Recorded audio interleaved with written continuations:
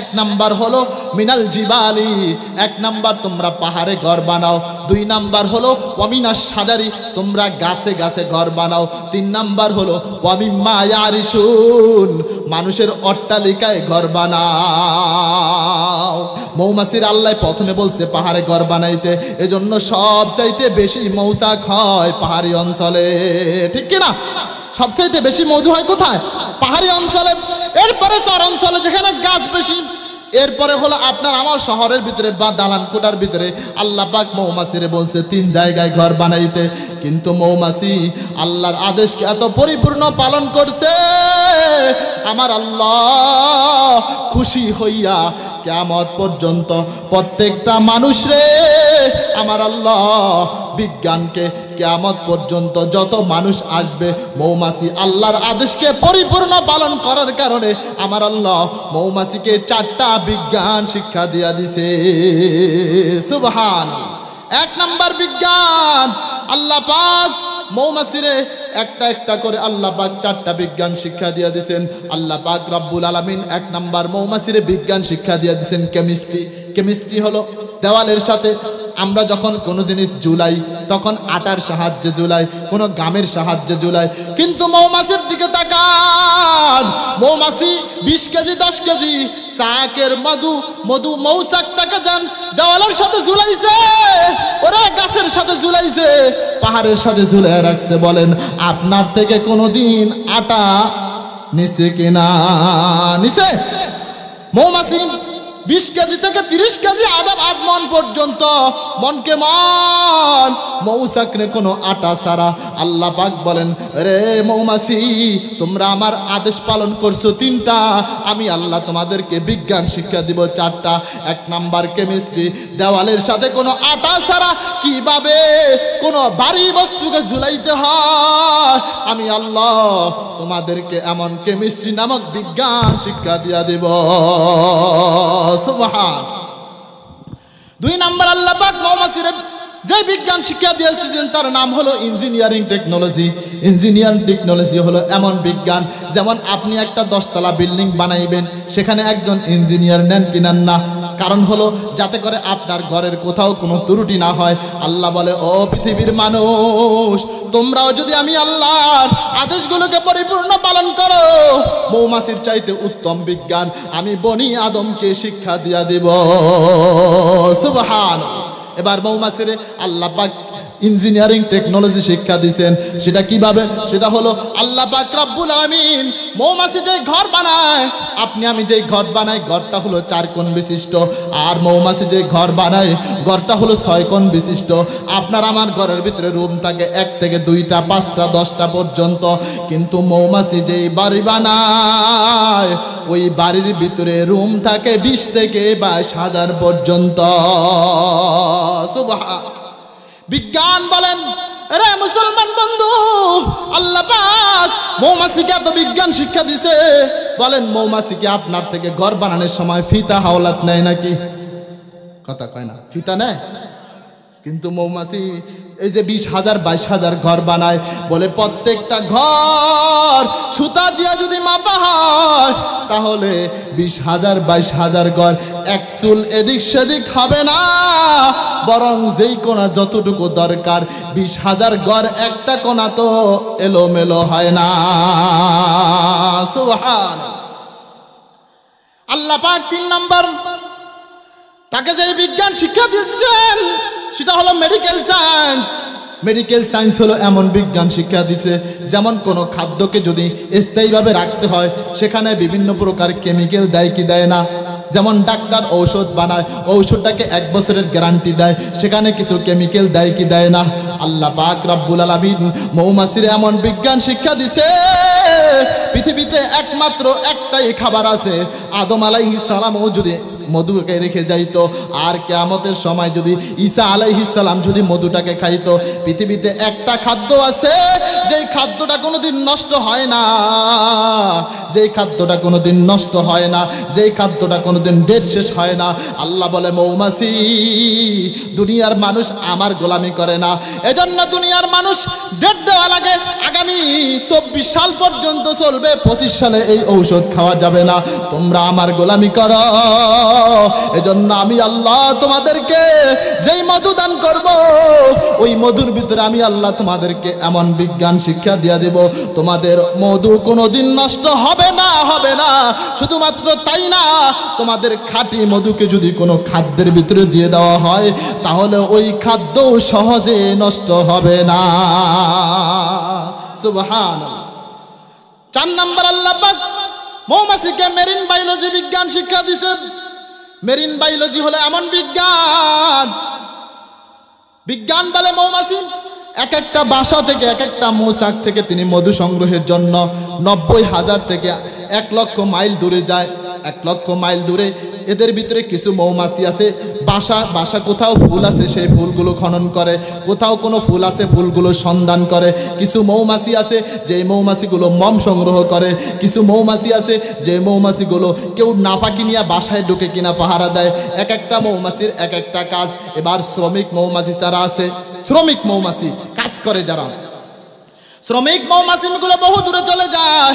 যাওয়ার পরে যখন ধরেন এখান থেকে যখন কি করলো, চরনোয়াবাদ গেল, চরনোয়াবাদ যাওয়ার পরে সেখানে যা দেখছে এবার কিসের, সেখানে বড় একটা সরিষার ক্ষেত আছে, সেখানে বড় একটা ফুলের বাগান আছে, সেখানে একটা ফুলের নার্সারি আছে। আপনার আমার কাছে হইলে মোবাইলে ফোন দিয়ে দিতাম, তাড়াতাড়ি একটা বাচ্চা পাঠাইয়া দাও। মৌমাছির কাছে কোনো মোবাইল নাই, মৌমাছির কাছে কোনো মোবাইল নাই।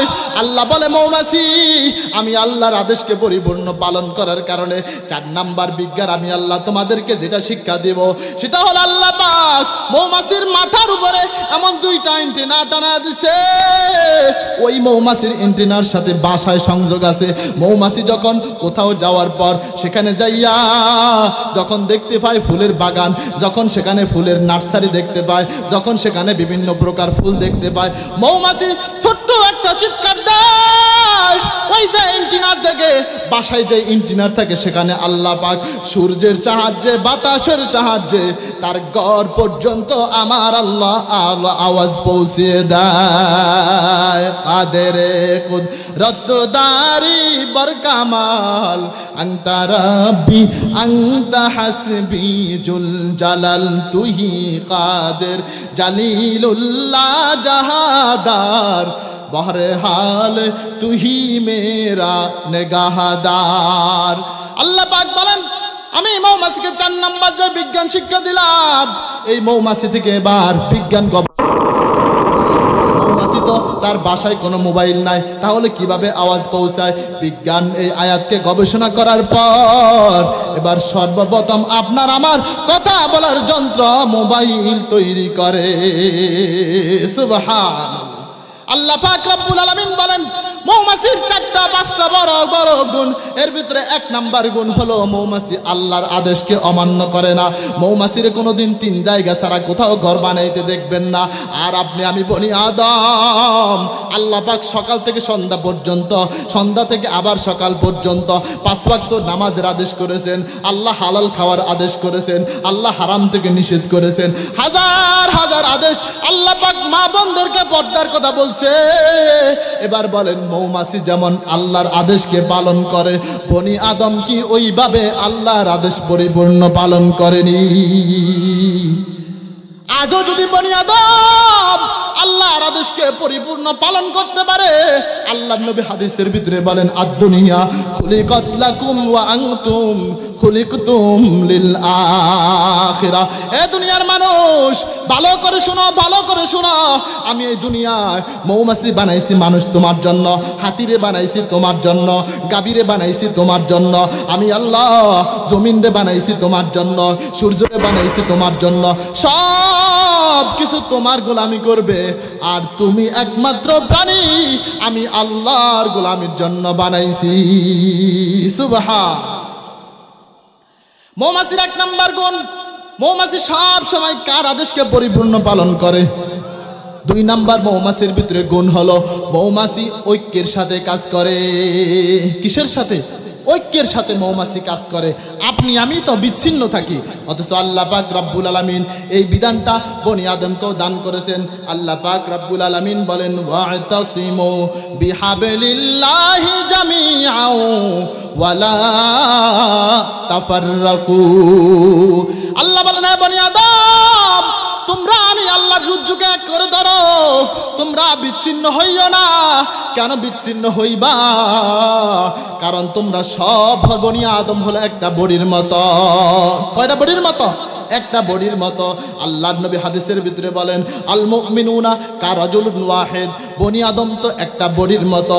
ইস্তাকা রাসুহু ওয়া ইনিস্তাকা কুল্লুহু, বান্দার যখন মাথা ব্যথা হয় তখন বান্দার পুরো শরীরটা ব্যথা হয়, নাকি মাথা যখন ব্যথা হয় তখন হাত এমন কথা বলে ব্যথা তো হইছে মাথার, আমার অসুবিধা কি? এই কথা বলে নাকি? কখনো মানুষ ভুলেও বুঝের কোনো মানুষ মৌসাকে ঢিল মারে না। ঠিক তেমনি ভাবে বনি আদম সব মুসলমান যদি ঐক্য হয়ে যদি কাজ করতে পারতো, 57টা কান্ট্রির মুসলমান যদি ঐক্য হয়ে কাজ করতে পারতো, মুসলমানের হুঙ্কারে, মুসলমানের আওয়াজে রামবাম আর নাস্তিক মুরতাদরা বাংলাদেশ পালিয়ে ভারত যাওয়ার সুযোগ পেত না। ঠিক কিনা? এর কারণ কি বন্ধু? আল্লাহ পাক কেন ঐক্যের কথা বলেন? এর কারণ হলো, আপনি বলেন আমাদের কোরআন কয়টা, আমাদের আল্লাহ কয়জন, আমাদের শ্রেষ্ঠ নবী কয়জন, আমাদের জান্নাত একরকম জান্নাতেই যাব, আমাদের কাবাঘর কয়টা? কিন্তু সব এক। কাজের বেলায় আমরা দ্বিধাদ্বন্দ্বে পড়ে যাই। আমি কেউ হলো সাদ গ্রুপের, কেউ হলো জুবাইর গ্রুপের, কেউ সরমনের মুরিদ, কেউ বাটামারার মুরিদ, কেউ সরসিনার মুরিদ। দলে দলে দলে দলে বিভক্ত। আজকে বিভক্ত হওয়ার কারণে নাস্তিক আর মুরতাদ, সামান্য কিছু হিন্দু, সামান্য কিছু মুরতাদ আর বেঈমানগুলো মুসলমানের মাথার উপর লবণ রেখে বড়ই খায়। এর একটাই কারণ, মুসলমান ঐক্যের সাথে নাই। আমাদের এক নবীর উম্মত, জীবন বিধান ওই শিবানী কোরআন। কেন হে মুসলমান, এক হও করি আহ্বান। ঠিক না? আমাদের সব এক। আমরাও মৌমাছির 2 নাম্বার গুণ হলো মৌমাছি ঐক্যের সাথে চলে।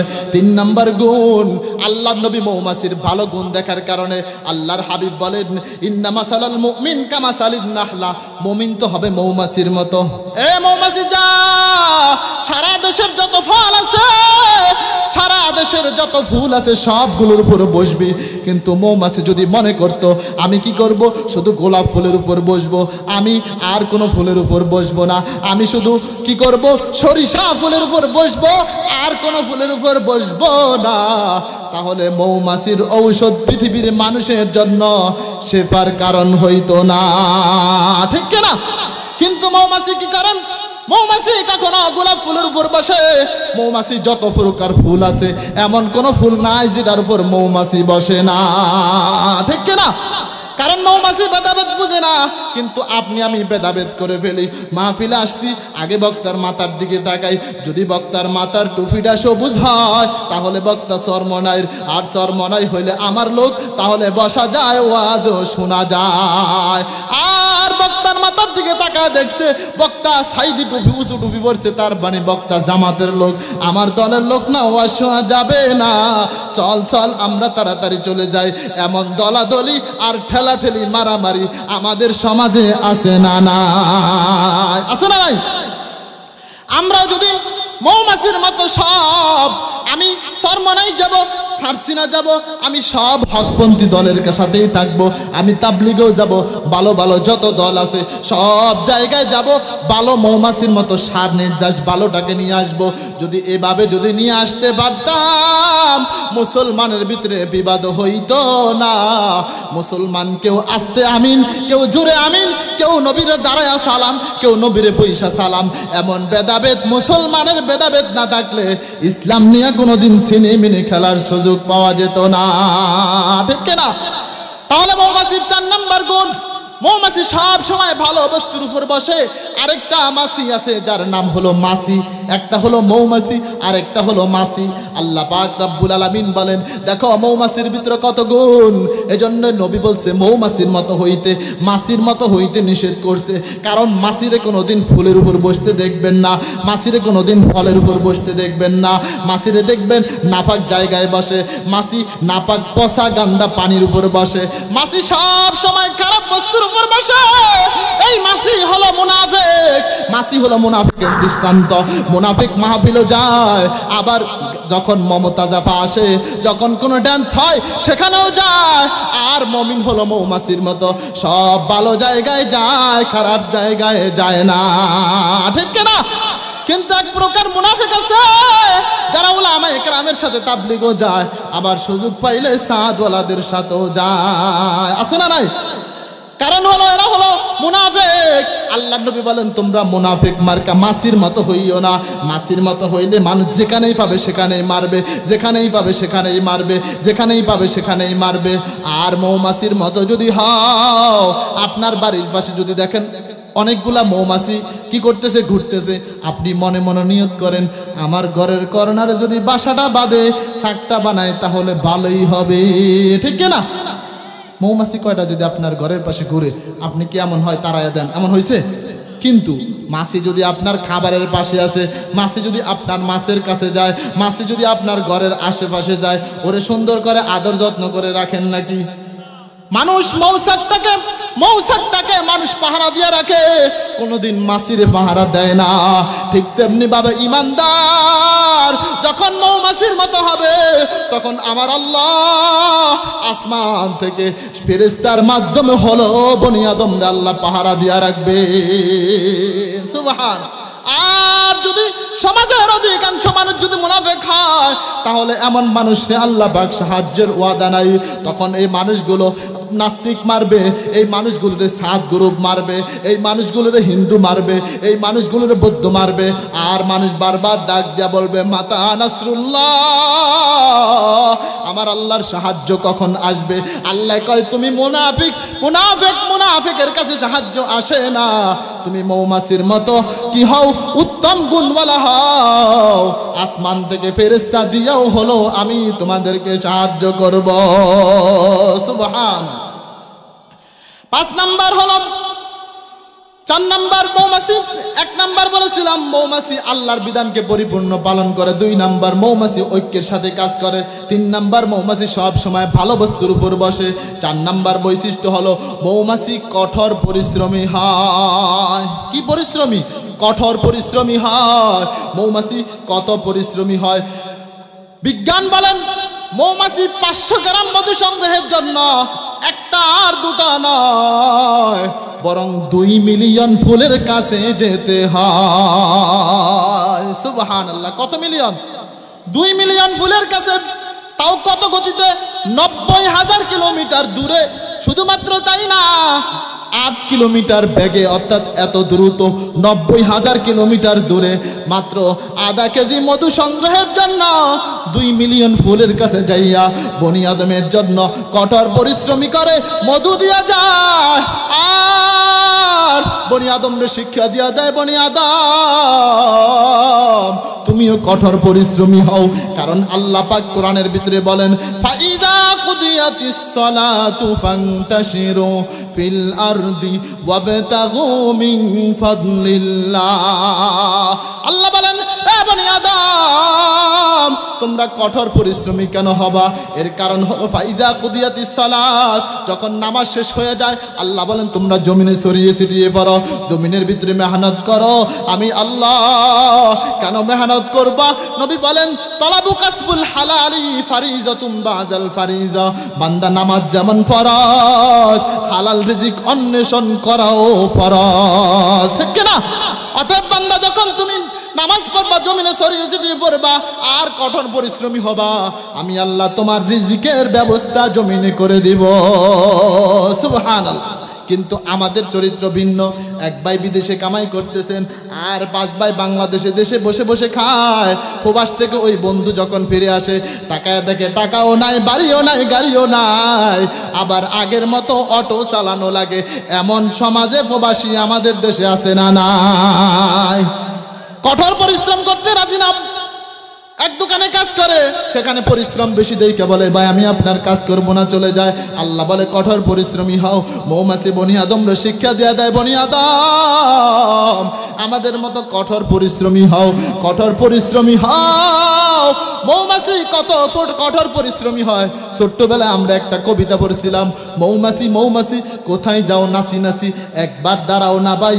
মৌমাছি বলে ওই ফুল ফুটে বলে যাইব দুয়ারণে, দাঁড়াবার সময় যে আমার নাই। ঠিক কিনা? কারণ মৌমাছি এত কঠিন পরিশ্রমী, মৌমাছি দাঁড়াইতে চায় না। মৌমাছি কয় আমার সময় নাই বন্ধু, সময় নাই, আমি একদিন কাজ করি 1 সপ্তাহ পর্যন্ত খাইতে চাই। আর মৌমাছি কয় আমার সময় নাই, সময় নাই, সময় নাই। আল্লাহ কয় মৌমাছির ভিতরে যেই গুণ আছে বনি আদম তোমরা অর্জন করে নাও। 5 নাম্বার মৌমাছির ভিতরে গুণ হলো মৌমাছি জনকল্যাণে নিজেকে নিয়োজিত রাখে। জনগণের উন্নয়নের জন্য মৌমাছি কি করে? কাজ করে। আল্লাহ পাক এই বিধানটা বনি আদমরে দান করছেন। আল্লাহ পাক বলেন কুনতুম খায়রা উম্মাতিন উখরিজাত লিন-নাসি তা'মুরুনা বিল মা'রুফ। আল্লাহ বলে বনি আদম আমি আল্লাহ তোমাদেরকে শ্রেষ্ঠ উম্মত বানাইছি, শ্রেষ্ঠ জাতি বানাইছি। কেন জানো? তোমরা মানুষের কল্যাণে কাজ করবা, মানুষের উপকারে কাজ করবা। টাকা আছে টাকা দিয়া করবা, পয়সা আছে পয়সা দিয়া করবা, সময় আছে সময় দিয়া করবা। কিছুই নাই। নবী বলে ইমাতাতুল আযা আনিত তরিক, তোমার রাস্তার ভিতরে যদি একটা কষ্টদায়ক বস্তু পাও সেটাও ফেলে দিয়া হলেও জনকল্যাণে নিজেকে নিয়োজিত রাখো। সুবহানাল্লাহ। কেন? মৌমাছি সারা জিন্দেগিতে আধা চামচ মধু তিনি পান করেন, সাদা জিন্দেগিতে আধা চামচ মধু পান করে। প্রায় 500 থেকে 550 গ্রাম মধু বনি আদমের জন্য রেখে যায়। আর মৌমাছি নিয়ত করে আল্লাহ এই বনি আদম এগুলো খেয়ে আমার জন্য কি করবে? ইবাদত করবে। বনি আদম আপনার গোলামি করবে। ঠিক আপনিও জনগণের জন্য মসজিদ করে যান, জনগণের জন্য মাদ্রাসা করে যান, মাদ্রাসায় 10 টাকা দান করে দেন, মাহফিলে দিয়ে যান, বিভিন্ন জায়গায় উন্নয়নমূলক কাজের জন্য যখন দিয়ে যাবেন আপনি চলে যাবেন আপনার আমল নামায় কবরে অটোমেটিক সব দান করে দিবেন যিনি তিনি কে? আল্লাহ পাক বলেন বনি আদম এই 5টা গুণ মৌমাছির ভিতরে থাকার কারণে আমি আল্লাহ কোরআনের দামি আয়াতটাকে মৌমাছির নামে নাজিল করলাম। আর দামি আয়াতটা মৌমাছির নামে নাজিল করে আমি আল্লাহ মৌমাছির দামি বানায়া দিলাম। সুবহানাল্লাহ। এবার আল্লাহ পাক রব্বুল আলামিন আয়াতের ভিতরে 3টা পালনীয় বিধান, 3টা বর্জনীয় বিধান। আল্লাহ বলেন ইন্নাল্লাহা ইয়া'মুরু বিল আদলি ওয়াল ইহসান। আল্লাহ বলেন 1 নম্বর আদেশ ইন্নাল্লাহা ইয়া'মুরু বিল আদল, নিশ্চয়ই তোমাদের রব তোমাদেরকে আদেশ করেন ইনসাফ করার জন্য। কি করার জন্য? যারা বলেন কি করার জন্য? আল্লাহ পাক বলেন বান্দা 1 নাম্বার আমার আল্লাহ আদেশ করেন বান্দা তুমি ইনসাফ ওয়ালা হও। কি ওয়ালা? 2 নাম্বার আল্লাহ বলে ইহসান, বান্দা তুমি ইহসান করনে ওয়ালা হও। 3 নাম্বার ওয়া ইতা ইজিল কুরবা, তুমি বান্দা আত্মীয়তার বন্ধন রক্ষা করো। আল্লাহ পাক রব্বুল আলামিন এখানে 3টা বিধান বলেছেন। 1 নাম্বার বিধান আল্লাহ বলে বান্দা তুমি আদল ওয়ালা হও। আদল কাকে বলা হয়? আরে বান্দা আদল শব্দের শাব্দিক অর্থ হলো বদল করা। কি করা? বদল করা, পরিবর্তন করা। কিভাবে? আমি আপনাকে একটা টিস্যু দিলাম, আপনি আমার একটা টিস্যু দিলেন, এটারে বলা হয় আদল। আমি দিলাম আপনারে 10 টাকা, আপনি আমারে 5 টাকা দিলেন, এটা কি সমান সমান হইল? আদল মানে হলো সমান সমান করা। পরিভাষায় আদল কাকে বলা হয়? আদল কাকে বলা হয়? আল্লামা ইউসুফ কারজাবী রাহমাতুল্লাহ আলাইহি তিনি বলেন আদল বলা হয় আল আদলু ইতাউল হাক্কি ইলা সাহিবিহি, প্রত্যেক পাওনাদারের পাওনা সঠিকভাবে সময়ের আগে পৌঁছে দেওয়ার নাম হলো ইনসাফ। সুবহানাল্লাহ। এবার পাওনাদারের পাওনা, আমরা মনে করি টাকা পয়সা পাওনাই হলো বড় পাওনা। আল্লাহ পাক রব্বুল আলামিন বলেন, না বান্দা, সব মানুষের কাছে পাওনা, পৃথিবীর সব মানুষের কাছে সব মানুষের পাওনা। আল্লাহর নবীর হাদিসে এই দিকে ইঙ্গিত করে। আল্লাহর নবী বলেন, আলা কুল্লুকুম রাইন ওয়া কুল্লুকুম মাসউলুন আন রাইয়াতিহি। প্রত্যেকটা মানুষ দায়িত্বশীল। যে স্তরে আছে প্রত্যেকটা মানুষকে দায়িত্ব সম্পর্কে কিয়ামতের দিন জিজ্ঞাসা করবেন যিনি, তিনি কে? যারা বলেন কে? আল্লাহ পাক রব্বুল আলামিন বলেন, বান্দা তুমি কি ওয়ালা হও, আদল ওয়ালা হও। তার মানে পাওনাদারের যত পাওনা আছে সবগুলো তুমি পাওনাদারের কাছে পৌঁছে দাও। সুবহান। আদল, আল্লাহ পাক বান্দাকে আদলের কথা কেন বলেন? এর কারণ হলো আমার আল্লাহ রাব্বুল আলামিনের 99টা নাম আছে। 99টা নামের একটা নাম হলো আদেল। আল্লাহ পাক হলেন ন্যায় বিচারক। আল্লাহ রাব্বুল আলামিন কেমন ন্যায় বিচারক? আমার আল্লাহ রাব্বুল আলামিন আদলটা এত গুরুত্বপূর্ণ, কোরআনের ভিতরে একবার আর দুবার না, তিনবার আর চারবার না, আমার আল্লাহ 29 জায়গায় ইনসাফ সম্পর্কে আলোচনা করেন। সুবহান। এবার বান্দা কিভাবে ইনসাফ করবে, কোন ক্ষেত্রে আদল করলে বান্দার আদল হবে? বান্দা বিস্তারিত বলার সময় নাই। ইবনে আরবি রাহমাতুল্লাহ আলাইহি বলেন, বান্দা আদল হলো 3 প্রকার। মাআরিফুল কোরআনের ভিতরে আছে। আল্লামা ইবনে আরবি বলেন, বান্দা আদল হলো 3 ভাগে বিভক্ত।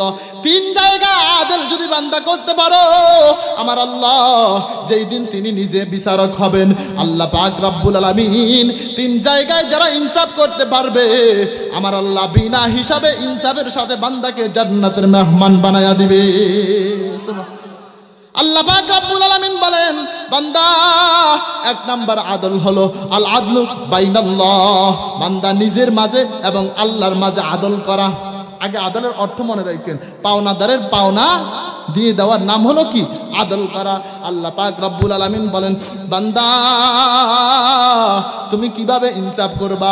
1 নাম্বার হলো নিজের মাঝে এবং আল্লাহর সাথে ইনসাফ করা। নিজে এবং কার সাথে? আল্লাহর সাথে ইনসাফ করা। বান্দা নিজে এবং আল্লাহর সাথে ইনসাফ করা। আল্লাহ পাকের ইনসাফ কিভাবে করবে?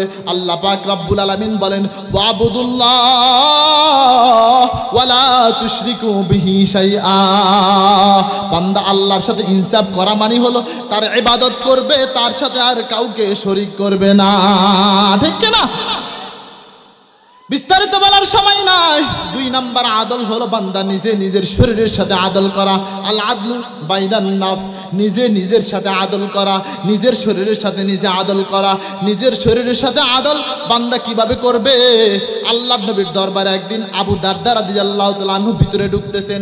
আল্লাহর নবী সঙ্গে সঙ্গে সাহাবায়ে কেরামকে ডাক দেয়া বলেন, ও সাহাবায়ে কেরাম, তোমরা কি জানো যেই ব্যক্তিটা এখন মাজলিসের ভিতরে ঢুকছে, এই আবু দারদা হলেন জান্নাতের মেহমান। সুবহান। হঠাৎ করে সালমান ফার্সির কানে যখন আওয়াজ যায়, সালমান ডাক দেয়া বলেন, কি হইল? আবু দারদাকে আল্লাহর নবী কেন জান্নাতি ঘোষণা করছে? আবু দারদা কি আমল করে আমি একটু দেখব। এবার আবু দারদার বাড়িতে সালমান ডাক দেয়া বলে, আবু দারদা আমি তোমার বাড়িতে মেহমান হইতে চাই।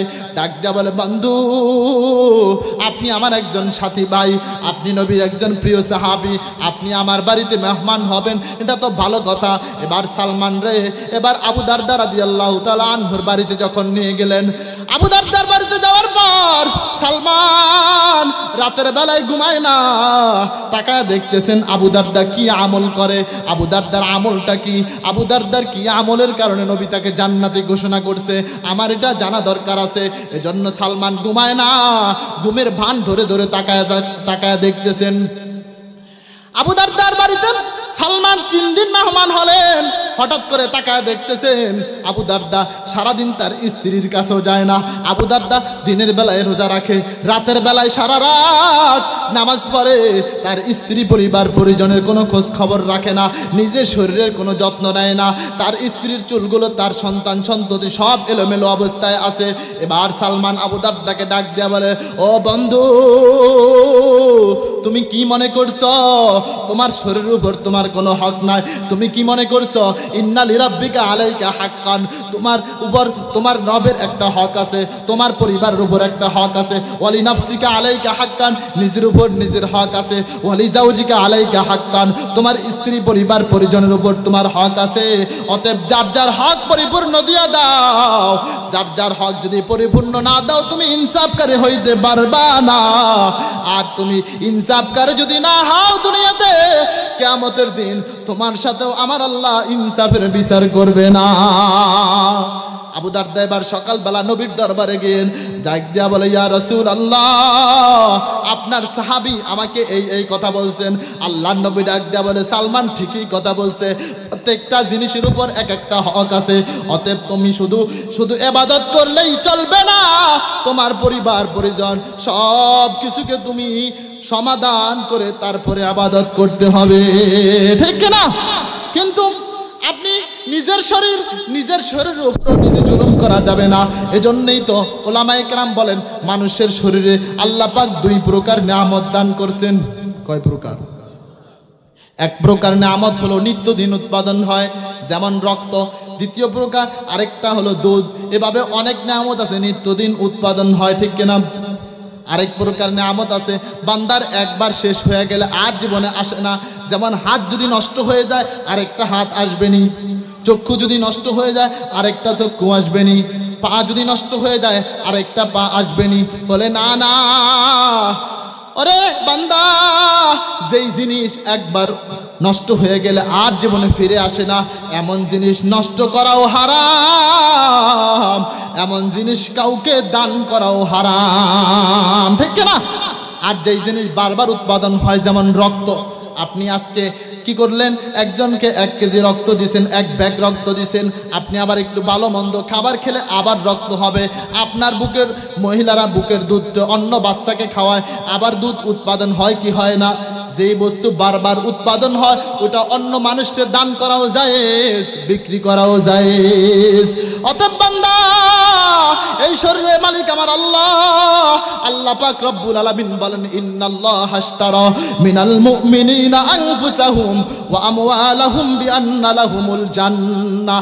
আল্লাহ পাক আপনার আমার জান এবং মালের বিনিময়ে আল্লাহ জান্নাত দান করবেন। জান এবং মালকে আল্লাহর রাস্তায় নিরাপদে পৌঁছে দিলে আল্লাহ পাক আপনাকে আমাকে জান্নাতের মেহমান বানায়া দিবে। কিন্তু শরীর আপনার, আজকে আপনি আপনার শরীরটাকে বিভিন্নভাবে নষ্ট করতেছেন। এজন্য আপনার শরীরের ভিতরে বাবা খাওয়া নিষেধ, গাঁজা খাওয়া নিষেধ, ইয়াবা খাওয়া নিষেধ, সিগারেট খাওয়া নিষেধ। কারণ এগুলো খাইলে শরীরের উপকার হয় না ক্ষতি হয়? জোরে বলেন। ক্ষতি যে হয়, সিগারেটের যতগুলো ক্ষতি আছে, একটা ক্ষতি সিগারেটের গায়ের উপর লেখা আছে। এমন কোন সিগারেটের বাক্স আছে নাকি যেখানে লেখা আছে সিগারেট স্বাস্থ্যের জন্য উপকার? আছে নাকি? বারবার লেখা আছে সিগারেট ধূমপান মানুষের স্বাস্থ্যের জন্য ক্ষতির কারণ, ঠিক কিনা? কিন্তু তারপরও মানুষ সিগারেট খায় কি খায় না? খায় কি খায় না? বান্দা, তারপরেও মানুষ বেশি বেশি সিগারেট খায়। ভালো করে মনে রাখেন, আপনি সিগারেট খান, বাবা খান, গাঁজা খান, আমার অসুবিধা নাই, আপনার টাকা দিয়ে আপনি খাবেন। কিন্তু যেহেতু কথা প্রসঙ্গে আসছে বলতে হয়, বান্দারে যখন আল্লাহ পাক জাহান্নামে দিয়ে দিবেন, জাহান্নামে দেওয়ার পর আল্লাহ পাক সূরা গাশিয়ার ভিতরে বলেন, লাইসা লাহুম তাআমুন ইল্লা মিন দারিয়া। জাহান্নামের ভিতরে একটা ফল থাকবে, যেই ফলটা মানুষের ক্ষুধাও নিবারণ করবে না, বান্দার শক্তিও ফিরে আসবে না, বান্দার স্বাস্থ্যও ফিরে আসবে না। ওলামায়ে কেরামে আয়াত গবেষণা করে বলে জাহান্নামের একটা ফল দুনিয়ায় আছে, বলে সেটা হলো সিগারেট। এমন একটা প্রমাণ দিতে পারবেন নি সিগারেট খাওয়ার পর আমার বাড়ির পাশের লোকটা মোটা হয়ে গেছে, সিগারেট খাওয়ার পর আমার বাড়ির পাশের সন্তানটা বড় শক্তিশালী হয়ে গেছে? আছে নাকি? বরং সিগারেট খাওয়ার পর বান্দার চেহারা আগের থেকে নষ্ট হয়ে গেছে। এর কারণ হলো বান্দা, সিগারেটের সাথে জাহান্নামের 4টা মিল আছে। কয়টা মিল? 1 নাম্বার, বান্দা, সিগারেটের ভিতরে আগুন আছে না নাই? সিগারেট আগুন আছে, জাহান্নামেও আগুন নাই। আছে নাকি? জাহান্নামে আগুন আছে। 2 নাম্বার, ওই সিগারেটের ভিতরে ধোঁয়া আছে, ওই জাহান্নামের ভিতরে ধোঁয়া আছে। 3 নাম্বার, সিগারেটও দুর্গন্ধ, জাহান্নামও দুর্গন্ধ। সিগারেটও অশান্তি, ওই জাহান্নামও অশান্তি, ঠিক কিনা? আজকে সেই সিগারেটের পিছনে বান্দা বারবার প্রতিদিন হাজার হাজার টাকা নষ্ট করে। আপনি মনে করেন প্রতিদিন আপনার 20টা যদি সিগারেট লাগে, প্রতিদিন যদি আপনার 100 টাকা করে নষ্ট হয়, প্রতি বছরে মাসে আপনার 300 টাকা নষ্ট হলো, এভাবে আপনার কত হাজার টাকা নষ্ট হয়েছে।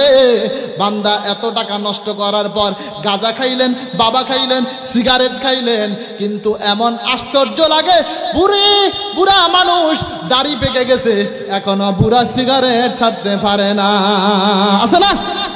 বুড়ার চুল পেকেছে, পাকছে দাড়ি, বুড়ার চুল পেকেছে, পাকছে দাড়ি, গাল ধরেছে বাঘ। তোরা দেখ দেখ রে তো গো বুইরা টানে সিগারেট, ঠিক না? বুড়ার বয়স হলো 70-80, বুড়ার বয়স হলো 70-80, মরার চিন্তা নাই। আছে নাকি? বুড়া মানুষ দাড়িগুলো সাদা হয়ে গেছে, বুড়া মানুষ চুলগুলো সাদা হয়ে গেছে, তারপরও মুরব্বী মানুষ সিগারেট খায় কি খায় না? আরে বন্ধু, আপনি সিগারেট খাবেন আপনার টাকা দিয়া, আমার বলা দরকার, আমি বলে গেলাম। সিগারেটের সাথে জাহান্নামের কয়টা মিল আছে? অতএব সিগারেটের সাথে কোরআনের ভিতরে আল্লাহ বলেন জাহান্নামে একটা ফল থাকবে, যেটা খাইলে ক্ষুধাও নিবারণ হবে না, স্বাস্থ্যও বাড়বে না। বলেন সিগারেট খাইলে স্বাস্থ্য বাড়ে, শক্তি বাড়ে নাকি? অতএব এমন ক্ষতিকর বস্তু আমরা খাবো না। আল্লাহ পাক আমাদের সকল কেমন খারাপ বস্তু থেকে হেফাজত করুক, আমিন। 3 নাম্বার, আল্লাহ পাক রব্বুল আলামিন যে ইনসাফের কথা বলছেন, 3 নাম্বার কোথায় ইনসাফ করবে? 3 নাম্বার ইনসাফ হলো আল আদলু বাইনাল খালক, সব মাখলুকের সাথে ইনসাফ করা। সব মানুষের সাথে কি করা? ইনসাফ করা। সব প্রাণীর সাথে ইনসাফ করা। আপনার একটা গরু আছে, গরুটার সাথেও ইনসাফ করা। আপনার অধীনে একটা কর্মচারী আছে, কর্মচারীটার উপরে ইনসাফ করা। আল্লাহ পাক রব্বুল আলামিন কোরআনের ভিতরে একটা ইনসাফের কথা স্পষ্ট উল্লেখ করে দেন। আল্লাহ পাক রব্বুল আলামিন বলেন, ওয়া ইযা হাকামতুম বাইনান নাসি আন তাহকুমু বিল আদল।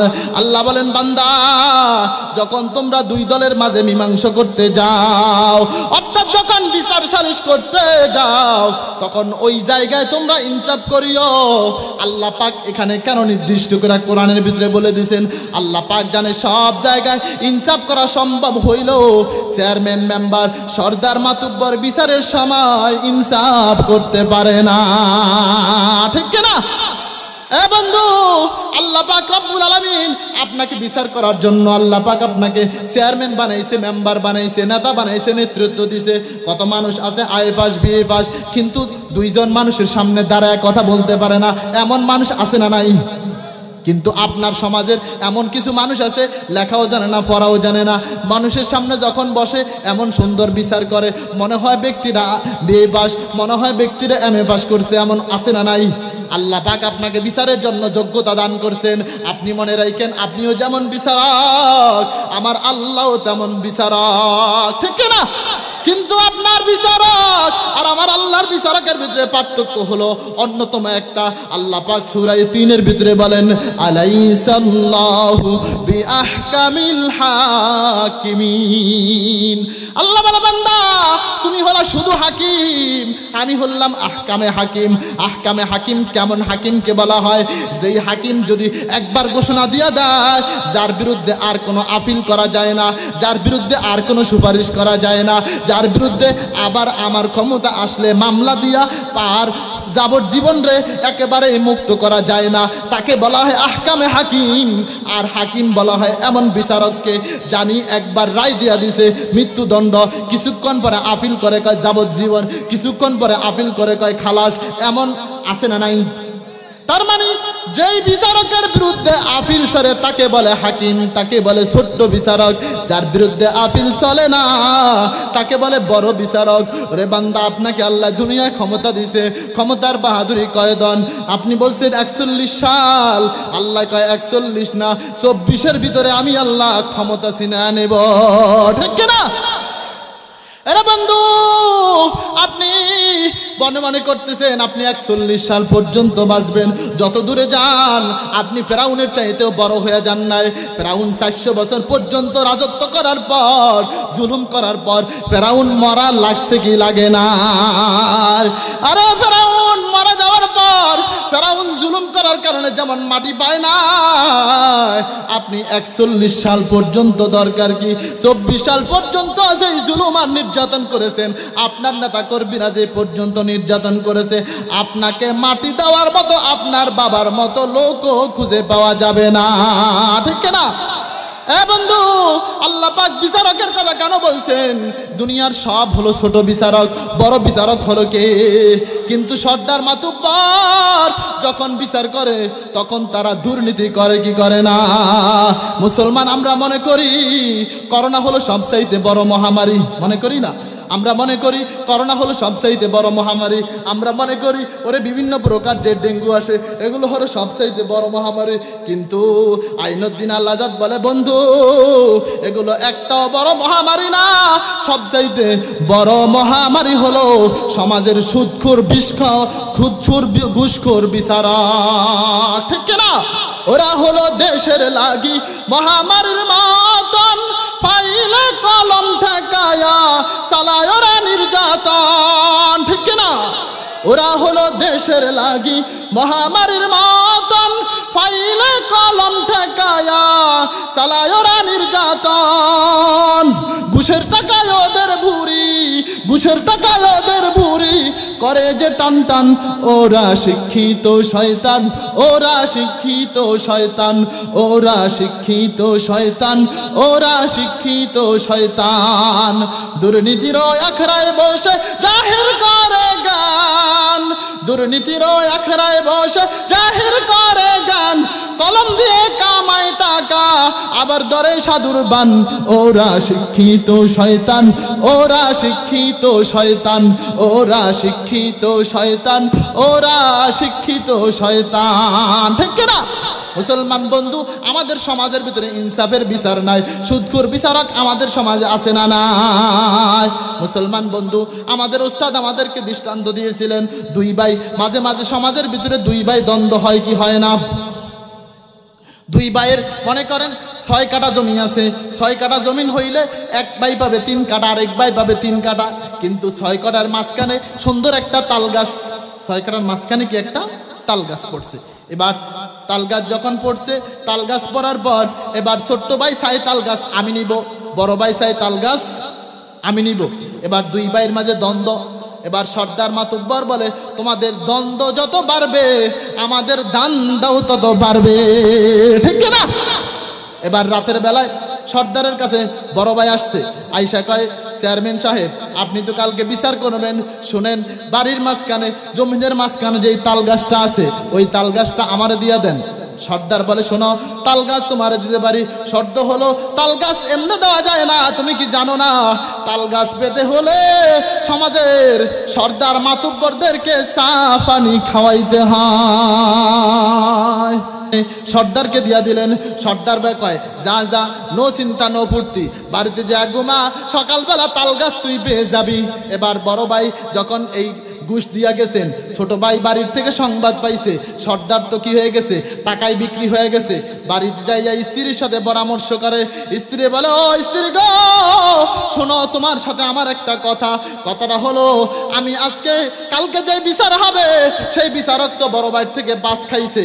অতএব এবার ছোট ভাইয়ের স্ত্রী ডাক দিয়া বলে, যেই সর্দার মাতুব্বর পাশে বিক্রি হয়ে যায় তারে 5-এর জায়গায় 10 দিলেই ঠিক হয়ে যায়। 5-এর জায়গায় কত মেরা দাও? 10। এবার ছোট ভাই রাতের গভীরে 10,000 টাকার বান্ডে নিয়ে সর্দারের সাথে সাক্ষাৎ। ডাক দেখায়, সর্দার সাহেব আপনি আমার কি করেন, তাল গাছটা দামি চাই। বলে, তুমি কি জানো না তাল গাছ চাইলে পাওয়া যায় না, সর্দার মাতুব্বরের নাস্তা পানি খাওয়ানো লাগে। এবার ছোট ভাই চিন্তা করছেন, তাহলে বড় ভাই যেহেতু 5 দিছে আমি আর কি করব, 10 দিয়া দেই। 10,000 নিয়া পকেটে না আর বলে, যা যা নিশ্চিন্তে ঘুমা, সকালবেলা তাল গাছ পেয়ে যাবি। এমন ভাবে ছোট ভাইয়ের থেকে খায়, বড় ভাইয়ের থেকেও খায়, আসামির থেকেও খায়, বাদী থেকেও খায়। এমন সুদখোর চেয়ারম্যান মেম্বার আমাদের সমাজে আছে না নাই? এমন বাপ বোঝা যায় মনে হয় চেয়ারম্যান নিজের তাল গাছটা বিক্রি করতেছে, অথচ দুই ভাইয়ের ভিতরে দ্বন্দ্ব লাগাইয়া এবার সকালবেলা বিচারে বসছে। বিচারে বসার পর এবার প্রথম পর্যায়ে বড় ভাইয়ের দিকে বারবার টানে, বড় ভাইয়ের দিকে টানতে কিছুক্ষণ পরে ছোট ভাইয়ের দিকে যায়। এবার বড় ভাই মজলিসের এক জায়গায় যায় কয়, সর্দার সাহেব আমার পাশের কি খবর? ওই যে রাত্রে পাস দিয়ে এলাম, পাশের অবস্থা কি? সর্দার ডাক দিয়ে কয়, শোনো, কি করব তোর পাশরে ঠেলা মারছে 10-এ। এবার সকালবেলা প্রথম বড় ভাইয়ের দিকে তাকাইয়া কিছুক্ষণ পরে ছোট ভাইয়ের দিকে দিয়া দিছে। এমন সুদখোর বিচারক আমাদের সমাজে কম না বেশি? আমাদের শাইখুল হাদিস সাহেব একটা কথা বলতেন, এই সমাজের ভিতরে যদি ইনসাফ পেতে হয়, ইনসাফের বিচার পেতে হয়, 1 নাম্বার হায়াত লাগবে আদম আলাইহিস সালামের মতন। কার মতো? আমনের বয়স 40 বছর, 50 বছর, 80 বছর। আদম আলাইহিস সালামের হায়াত ছিল 1000 বছর। যদি আদমের মতো হায়াত পান, 2 নাম্বার সম্পদ লাগবে সুলাইমান আলাইহিস সালামের মতন, যাতে যখন উকিল ফোন দিবে তখনই টাকা, যখন উকিলে ফোন দিবে তখন টাকা, চেয়ারম্যান চাইলে টাকা, মেম্বার চাইলে টাকা। বরং আপনার মালের দাম যদি 10 টাকা হয়, আপনি যদি 20 টাকা খরচ করতে পারেন, তাহলে আপনি বিচার পাবেন, না হইলে এই সমাজে বিচার পাওয়া সম্ভব না। ঠিক না? 3 নাম্বার হলো আপনার ধৈর্য লাগবে আইয়ুব আলাইহিস সালামের মতন। কার মতো? আইয়ুব আলাইহিস সালামের মতো ধৈর্য পাবেন না, সুলাইমানের মতো সম্পদ পাবেন না, আর আদম আলাইহিস সালামের মতো আপনি হায়াতও পাবেন না। এই জমিনের উপরে জালেমদের কাছে কখনো ন্যায় বিচারের আশাও করতে পারবেন না। ঠিক না? অথচ আল্লাহর নবী কত ইনসাফ করছিলেন, আল্লাহর নবীর বিচার কেমন ছিল বন্ধু? আমরা আলোচনা শেষ পর্যায়ে নিয়ে আসছি। মুসলমান বন্ধু, আল্লাহর নবী কেমন ইনসাফের সাথে বিচার করতেন? আল্লাহর নবীর কাছে মাখজুমি গোত্রের একজন মহিলা কি করছেন? চুরি করেছেন। কুরাইশ বংশের শাখা গোত্র মাখজুমি গোত্রের ফাতেমা নামে একজন মহিলা চুরি করছে। চুরি করার পর আল্লাহর নবীর কাছে এবার ওই মহিলারে ধরে নিয়ে আসছে। আসার পর আল্লাহর নবী আয়াত শুনায়া দিয়েছেন, আস-সারিকু ওয়াস-সারিকাতু ফাকাতাউ আইদিয়াহুমা। চোর চুরনি হোক, চোর পুরুষ হোক আর মহিলা হোক, আল্লাহর বিধান হলো হাত কেটে দেওয়া। বলেন, হাত কেটে দেওয়া কার বিধান? কার বিধান? আল্লাহর নবী যখন আয়াত শুনাইয়া রায় দিয়া দিছেন, মহিলার হাত কেটে দাও। এবার সাহাবায়ে কেরাম পেরেশান হয়ে গেলেন। সাহাবায়ে কেরাম বারবার অস্থির হয়ে গেলেন। কি জন্য? বলে, কারণ হলো যেই মহিলাটার হাত কাটার রায় দিয়া দিছেন, ওই মহিলাটা স্বাভাবিক কোনো মহিলা না, বরং এই মহিলাটা হলো নবীর বংশের মহিলা। অতএব যদি এই মহিলার হাত কাটা হয়, তাহলে নবীর মান সম্মান যাবে। অতএব তাড়াতাড়ি তোমরা নবীর কাছে যায় সংবাদ দাও, নবীর কাছে যায় সংবাদ দাও, নবী গো, যেই মহিলাটার হাত কাটার রায় দিয়া দিছেন, এটা কোনো স্বাভাবিক মহিলা না, বরং এটা হলো আপনার বংশের মহিলা। এবার সব সাহাবী পরামর্শ করে বেলালরে বললেন, বেলাল তুমি যাও, কারণ তুমি মুয়াজ্জিন, নবী হলো ইমাম। মুয়াজ্জিনের সাথে ইমামের একটা গভীর সম্পর্ক আছে না নাই? মুয়াজ্জিনের সাথে ইমামের গভীর সম্পর্ক। অতএব তুমি তাড়াতাড়ি যাও, নবীর কাছে যায় তাড়াতাড়ি সংবাদ শোনায়া দাও। বেলাল করে, না, নবীর কাছে যেখানে কোরআনের আয়াত আছে, নবী সিদ্ধান্ত দিয়ে দিছে, সেখানে আমি আর কোনো সুপারিশ করতে পারবো না। চোরের বিরুদ্ধে আমি কোনোদিন সুপারিশ করতে পারবো না। কিন্তু আমাদের সমাজে যখন চোরে চুরি করে, চোরে কয়, আপনারা আমারে মাইরেন না, পুলিশের হাতে দেন। কয় কি কয় না? কারণ চোরে জানে আপনার হাত থেকে বাঁচতে না পারলেও পুলিশের হাত থেকে বাঁচতে পারবে। ঠিক না? চোরের বিরুদ্ধে সাহাবায়ে কেরাম এবার আবু বকরকে বলেন, তুমি যাও।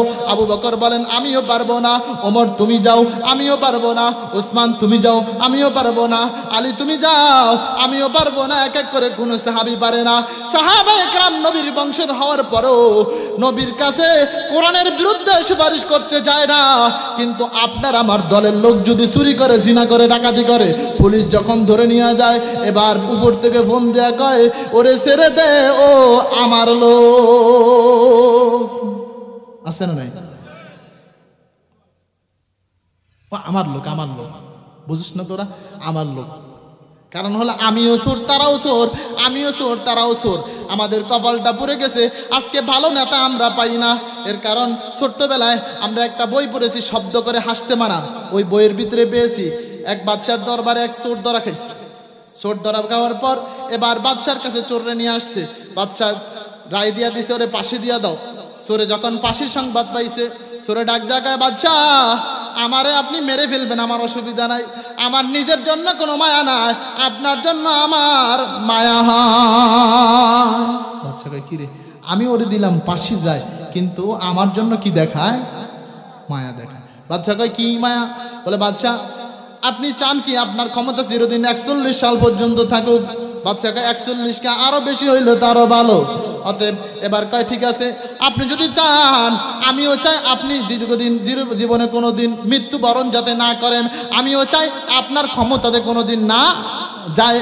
অতএব কি করণীয়? বলে, বাদশা আমার কাছে একটা বীজ আছে, বীজটা যদি আমি রোপণ করি আর ওই গাছ, ওই বীজ থেকে একটা গাছ হয়, যেই গাছের ফল অথবা পাতা যে ব্যক্তি ভক্ষণ করবে সে কোনোদিন মারা যাবে না, তার থেকে ক্ষমতা কোনোদিন ছিনা নিতে পারবে না। বাচ্চাকে, ভালোই তো, এমন গাছটা তো আমার দরকার। বাচ্চা কয়, গাছ হইতে কয়দিন সময় লাগবে? বলে, গাছ রোয়ার জন্য, বীজ রোয়ার জন্য আগে তো আমার জমি প্রস্তুত করতে হবে, অতএব আমাকে 1 সপ্তাহ সময় দেন। বাচ্চা কয়, ঠিক আছে, 1 সপ্তাহ ফাঁসির রায় রে কি করা হলো, মুলতবি করা হলো। এবার 1 সপ্তাহ পর্যন্ত জমি প্রস্তুতি করতে দিল। 1 সপ্তাহ যখন জমি প্রস্তুতি করলো, 1 সপ্তাহ পরে বাচ্চা ডাক দিয়ে বলে, কিরে কি খবর? বলে, বাচ্চা জমি প্রস্তুতি হয়েছে, তবে জমিটা শুকাইতে 1 মাস সময় লাগবে। কয় মাস? বাচ্চাকে, ঠিক আছে, তোরে আরো 1 মাস কি দিলাম, সময় দিলাম। 1 মাস যখন সময় দিয়ে দিলেন, 1 মাস পরে বাচ্চা ডাক দিয়া বলেন, কেরে তোরা তো 1 মাসের সময় দিছি, বল এখন তোর অবস্থা কি? বলে, বাচ্চা এখন সব ঠিক আছে, তবে আমার বীজটা রোয়ার জন্য আমি উপযুক্ত না। বলে, কি উপযুক্ত না? বলে, বীজটা এমন ব্যক্তি রোপণ করতে হবে যিনি কোনোদিন চুরি চামারি, রাস্তা কালবট কোনোদিন মেরে খায় নাই, গরিবের কম্বল আর গরিবের চাল জাল যিনি মেরে খায় না, এমন চোরা ছাড়া একজন ব্যক্তি রোপণ করা লাগবে। আমি তো চোর, অতএব আমি যদি রোপণ করি এই বীজ থেকে গাছ হবে না। বাচ্চা এবার মন্ত্রিসভায় বসছে, মন্ত্রিসভায় বৈশা বাচ্চা ডাক দিয়ে বলেন, শোনো, যেহেতু এখন বীজ রোপণ করতে হবে, বাচ্চা এবার ডাক দিয়া বলছেন, ধরেন প্রধানমন্ত্রী ওবায়দুল কাদেরের ডাক দিছে, কাদের রে, কাউয়া কাদের, এদিকে আয়, কাউয়া কাউয়া এদিকে আয়, এদিকে আয়, এদিকে আয়। তুই তো বড় কি ছিলি, মন্ত্রী ছিলি, মাঝে মাঝে মাঝে মাঝে বলতি ফালামু না, ফালামু না, ফালাইয়া কই যামু, কারণ আমাকে তো ফালানোর জায়গা নাই, আমরা কবরও গেলেও শান্তি নাই, এই জন্য কইছি ফালামু না। আমরা কই, আমরা ফালামু, মাটির উপরে যতদিন রাখবে, মাটির উপরে একদিন সবাইকে ফালাইতে হবে, কি হবে না? আল্লাহ কয়, আল্লাহ কুমুত তাকাসুর হাত্তা জুরতুমুল মাকাবির। কাদের কয় ফালাইব না, কারণ কাদের নিচেও আগুন উপরেও আগুন, নিচেও আগুন উপরেও আগুন, এজন্য কাদের কয় ফালাইব না, মুমিন ফালাইব। মুমিন দুনিয়ার থেকে ফালাইয়া জান্নাতে যাবে, ঠিক কিনা? মুমিনের ফালানোর জায়গা আছে, কিন্তু মুনাফিক বেঈমান আর বেদিন আর কাউয়া কাদেরের মতো লোকের ফালানোর জায়গা নাই।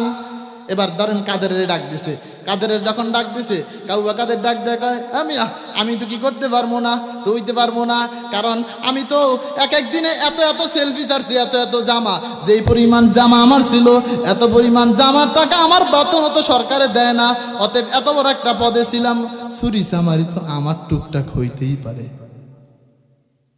আমার টুকটাক এদিক সেদিক হইতেই পারে। কিছুক্ষণ পরে কয়, ঠিক আছে, এবার পলকের ডাক দে। পলকের ডাক দিছে, পলক কয়, আমি তো এমন ব্যক্তি, বলছি সব আগুন লেগে পুড়ে গেছে, বিদ্যুৎ বন্ধ করে দিয়ে আমি তো এদিক সেদিক করছি, অতএব টুকটাক তো আমারও হতে পারে। এবার ডাক দিছে দাড়ি চাচা, বেয়াদবটারে, দাড়ি চাচা, বেয়াকলটার নাম কি? কইতারের নাম রেরা? দাড়ি চাচাটারে যখন ডাক দিছে, দাড়ি চাচাটা কয়, আমি তো চুরি চামারে কিছু করছি না, করলে কি দাড়ি কামায়া ফালায়া ধরছি, আমি তো চুরি চামারে কিছু না কিছু করছি, অতএব আমিও রুইতে পারবো না। এরপরে ধরেন ডাক দিছে বিচারপতি মানিক, কলা গাছের পাতার উপর শোয়েন না, ওই গাদাটারে ডাক দিছে। গাদারে যখন ডাক দিছে, গাদায় চুরি চামারি আমিও তো করছি, মিথ্যা মামলা দিয়া মানুষের ফাঁসিও তো আমি বাস্তবায়ন করছি, অতএব টুকটাক চুরি চামারি আমারও হতে পারে। এরপরে ধরেন আমাকে অনেক মন্ত্রীরা ছিল, এরপরে যখন ডাক দিছে কয় আমিও চুরি চামারি কিছু হয়েছে, কারণ বোলার জমিনে টনকে টন গ্যাস বোলার মানুষের না দিয়া দাদা বাবুর দিয়া দিছি। কথা কয় না? বোলার মানুষকে আল্লাহ পাক এত নেয়ামত দান করছে, সারা বছর যদি বোলার মানুষ যদি সারাদিন আগুন চালায়, বোলার মানুষের গ্যাস শেষ হবে না, ঠিক কিনা? কিন্তু চিন্তা করছে আমি তো বুড়া মানুষ ছিলাম, ৭৬-৮০ বছর বয়স হয়ে গেছে, আমি মন্ত্রীও ছিলাম, বোলার মানুষের চাকরি দেই নাই, বাকরি দেই নাই, কিছু দেই নাই, মাটির নিচে কি ছিল? গ্যাস ছিল, গ্যাসটাও পর্যন্ত দাদা বাবুরে দিয়া দিছি। প্রয়োজনে হয়তো বেগম পাড়ায় বাড়ি করছি, আমার নিজের নামের অ্যাকাউন্টে টাকা নারাইকা সবার নামে রাখছি, অতএব জিয়া লঙ্গি পড়তে পারে না, তারও এমপি বানায় দিছি। চুরি চামারি টুকটাক তো আমিও করছি, অতএব আমি ওইটার যোগ্য না। এবার বাদশা কয় কিরে, কেউ যেহেতু যোগ্য না, এবার সব মন্ত্রী সব চোরাই মিল্লা কয় বাদশা যেহেতু আমরা যোগ্য না, হাসিনা আমনে লাগান। হাসিনা আপা আপনি কি করেন? ম্যাডাম আমনে লাগান, বুঝান আমনে আর আমনে জামাইরে লইয়া আইসা আপনি একটু লাগান। এবার বুঝান কয় তোরা কেউ আসিলি বদনাসোর, তোরা কেউ আসিলি জুতাসোর, তোরা সামান্য সামান্য পদে থাইকা তোরা যদি চুরি চামারি করতে পারস, আমি এত বড় একটা পদে ছিলাম, কারণ আমার চোরের ভাগ শেষ হয় না দেখা ৪১ সাল পর্যন্ত কি দিছি, একটা সিদ্ধান্ত দিছি যে চুরি করতে করতে বাংলাদেশের মানুষের ভিক্ষুক বানায়া ৪১ পর্যন্ত নিব, অতএব টুকটাক তো আমারও হয়েছে। এখন গাছ লাগানোর কেউরে পাওয়া গেছে? এক মুরব্বী ডাক দিয়া বলে বাদশা আমি একটা কথা বলতে চাই। বলে কি কথা? কথা হইল চোরের আপনি ফাঁসির রায় দিয়েছেন কি জন্য? বলে চুরি করার জন্য। তাহলে যদি চোরের কারণে চুরি করার কারণে যদি ওই চোরের ফাঁসি হয়, তাহলে এখানে মন্ত্রী ম্যাজিস্ট্রেট শেখ হাসিনা থেকে শুরু করে প্রত্যেকটা আওয়ামী লীগের ফাঁসি নেতা পর্যন্ত ফাঁসি হওয়া দরকার, ঠিক না? এবার আরেক মুরব্বী দ্বারা একটা বাদশা আমি একটা কথা কই। কি কথা কও? কথাটা হইল এখন এই পাগলারে যদি ছাইরা দেন, তাহলে পাগলা এলাকা এলাকায় বলবে আসলে তো কিছুই পুরে নাই। যখন ডিম থেরাপি দিবে, ডিম থেরাপি বুঝেন, ডিম থেরাপি যখন দিবে তখন কবে আসলে কিছুই হয় নাই, নেট টেট কিছুই বন্ধ হয় নাই, আমি একটু কি করছি বন্ধ করে দিছি, আমি একটু কি করে দিছি বন্ধ করে দিছি। এরকম আছে না অনেক কিছু? এখন আপনি যদি ছেড়ে দেন, এই পাগলাই সারা দেশে দেশে ছড়াবে, সব মন্ত্রীরা চোর, সব ম্যাজিস্ট্রেটরা চোর, সবাই চোর, অতএব আপনারও বদনাম হবে, আমাদেরও বদনাম হবে। বদনাম হওয়া দরকার নাই, আমরা একটা পরামর্শ দেই, আমরাও যেহেতু চোর ও চোর, অতএব চোরে চোরে আলী, এক চোরে বিয়া করে আরেক চোরের হালি, অতএব চোরের আর এমনি রাখা দরকার নাই, ওরে একটা মন্ত্রী পদ দিয়ে দেওয়া হোক, আমরাও চোর সেও চোর, চোরে চোরে বন্ধুত্ব বানায়া দেওয়া হোক। বাদশা এই সেনা সুন্দর সিদ্ধান্ত, ওর মৃত্যু থেকেও বাইসা গেল, বাদশাও বাইসা গেল, কিন্তু বাঁচলো তো বাঁচতো ৪১ সাল পর্যন্ত থাকতে পারলো না, পরনের ছায়া থুইয়া বাংলাদেশ ছাইরা পলায়া গেল, ঠিক না? আমাদের কপাল বড় খারাপ, যারে বানাই কেউ ১৭ বছরে যা করছে, কারো আবার ১৭ দিনে তা করে ফেলছে, ১৭ বছরে যা খাইছে, ১৭ বছরে যা লুণ্ঠন করছে, ১৭ দিনে তা খেয়ে ফেলতেছে। বন্ধু বারবার বারবার বারবার বিভিন্ন ওয়ালাদেরকে দিছেন, কোনো সময় এক এক প্রার্থীকে এক এক প্রার্থীকে আপনি দিছেন, বারবার বারবার কোরআনকে এখনো সংসদ পর্যন্ত নিতে পারেন নাই, বরং এমন ব্যক্তিকে নিছেন যিনি সংসদ থেকে বিসমিল্লাহ মুছে দিতে চায়। যদি কোরআনওয়ালাকে আবার সংসদে ঢুকাইতে পারেন, যিনি এই দেশের ভিতরে শান্তি নাজিল করে দিবেন তিনি কে?